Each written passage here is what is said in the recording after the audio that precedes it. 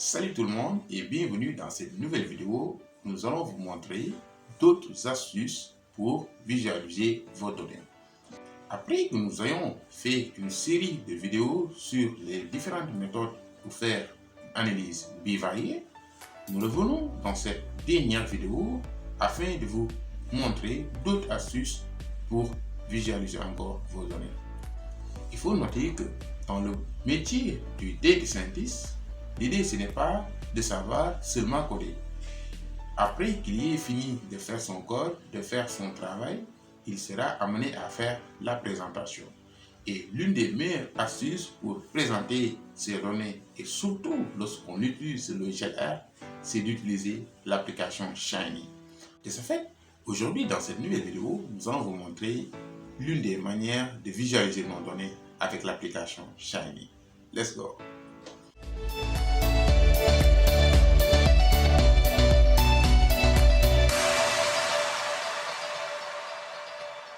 Il faut noter que dans le métier du data scientist, c'est un haut cadre qui est souvent amené à travailler avec des données.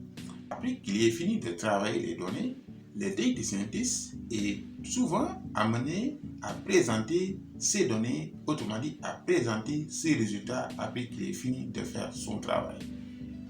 Dans le cas d'une analyse bivariée, on est souvent amené à faire de la visualisation des données.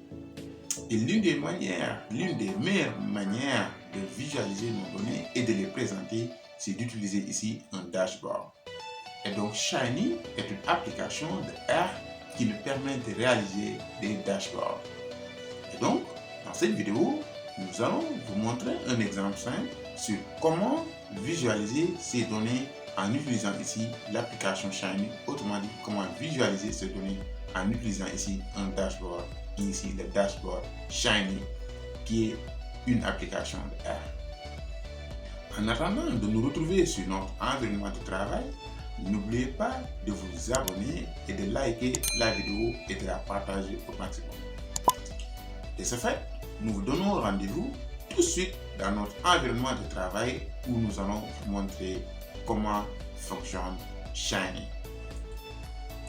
Notez que lorsqu'on utilise le logiciel R, l'un des meilleurs outils que l'on utilise lorsque l'on fait de la visualisation des données est ici la librairie GTSummary et l'application Shiny pour faire des dashboards.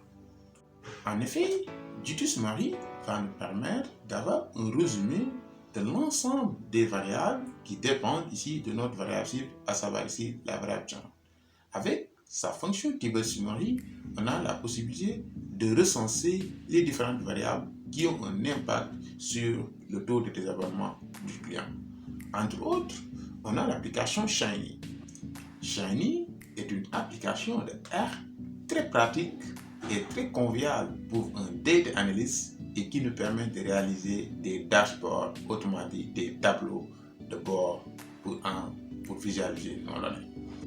Autrement dit, avec l'application Shiny, on a la possibilité de visualiser l'ensemble des graphes qu'on a eu à réaliser dans nos différentes vidéos précédentes.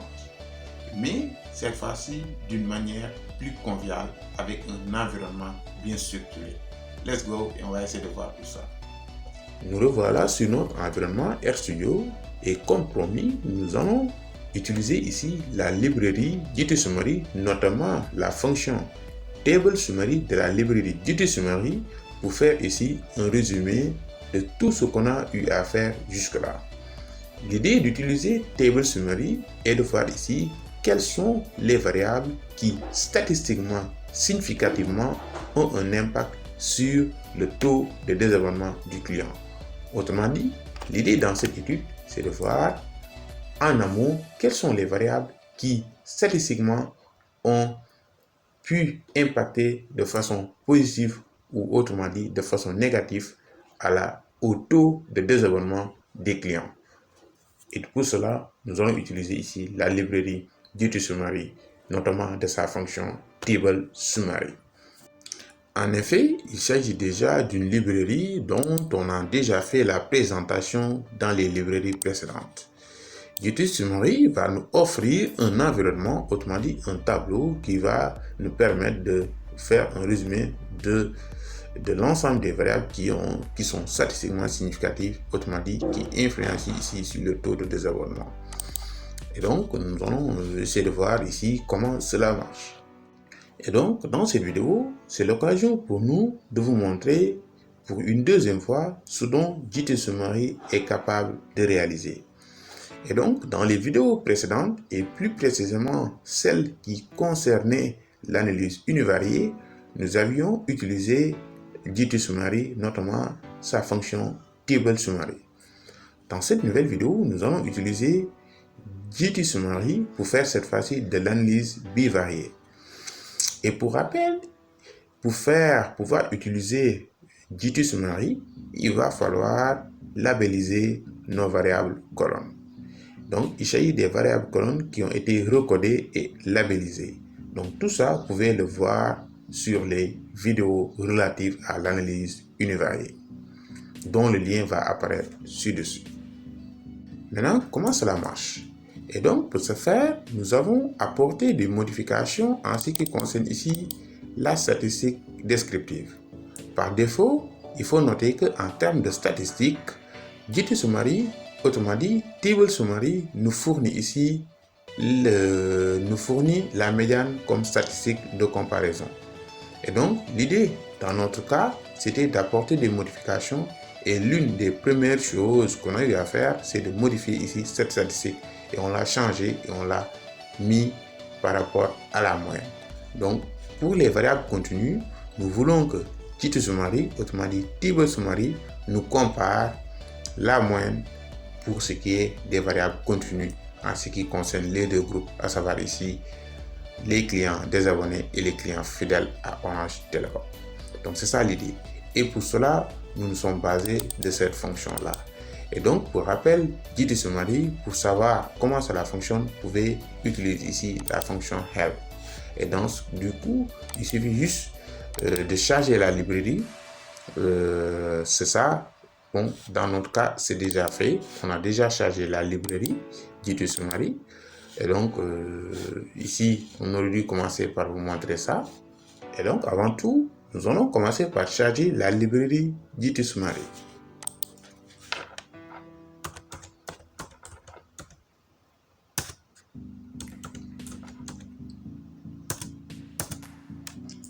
Effectivement, c'est fait. Donc, nous venons de charger la librairie GT Summary. Dans les vidéos précédentes, et surtout ce qui est relatif ici, les vidéos que nous avions fait sur l'analyse univariée, nous vous avions montré ici comment préparer vos données lorsque vous voulez utiliser Table Summary.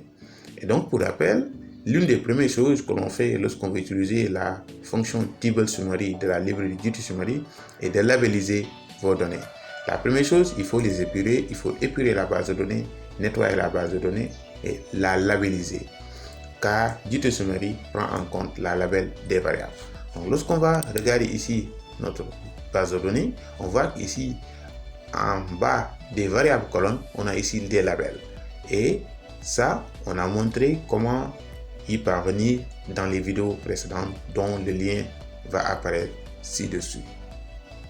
Et donc, pour toutes les variables colonnes, vous voyez ici que ces variables-là ont été labellisées, comme le cas ici, par exemple, de area.code. Donc, donc, on voit ici le label, c'est quoi? C'est l'indicatif régional. Et pour ce qui est du account length, c'est en fait durée du compte depuis son actif, ainsi de suite. Donc, car GT Summary prend en compte ces labels-là. Maintenant, comment créer ici un tableau? Donc, l'idée ici, c'est de faire un tableau bivarié. Autrement dit, Table Summary va nous générer un tableau qui va nous permettre de comparer les distributions, autrement dit la répartition des variables en ce qui concerne les clients abonnés et les clients désabonnés et les clients fidèles à Orange Telecom. Et pour cela, nous allons taper ici la fonction help de Table Summary. Et donc, on va faire la chose suivante. Et je vais taper la fonction help pour voir un peu comment les différents arguments qui marchent avec cette fonction-là. Voilà les différents arguments qui marchent avec, la fonction, table summary. Et donc, nous, on a utilisé ici, comme vous l'avez vu, l'argument by, ici, qu'on a utilisé, qui permet ici de définir la variable dépendante ici, qui est ici la variable John. C'est notre variable cible, donc l'argument by permet de requérir ici cette variable. Également, on a l'argument percent qui permet ici, étant donné que nous voulons faire ici un tableau de contingence, et donc ça nous permet ici de pouvoir définir le calcul des pourcentages. Autrement dit, est-ce que nous voulons un tableau dont on aura un calcul de pourcentage en colonne ou bien en ligne? Ça, c'est très important. Donc, nous voulons ici un tableau dont les pourcentages sont calculés par rapport aux différentes lignes. Et donc, la variable colonne par conséquent sera mise, la variable cible John sera mise par conséquent en colonne. Et donc, ça, c'est pour définir la statistique que nous voulons faire apparaître ici. Par défaut, table summary, lorsqu'on utilise table summary, par défaut, la statistique qui est affichée pour les variables continues correspond ici à la médiane. Et donc, avec cet argument statistique, on a la possibilité de modifier cette statistique-là. Et nous, dans ce cas, on lui a fait comprendre donc à table summary que pour tout ce qui est variable continue, nous voulons que la statistique soit la moyenne et l'écarté dans ce cas. En dehors de ça également, nous avons apporté quelques changements au niveau de l'affichage ici, au niveau de l'entête. Et donc dans l'entête, on veut afficher le total en ce qui concerne les variables et également on l'a labellisé. On voudrait à ce que total et le nombre, autrement dit, et le nombre total d'effectifs soit affiché au niveau de l'entête.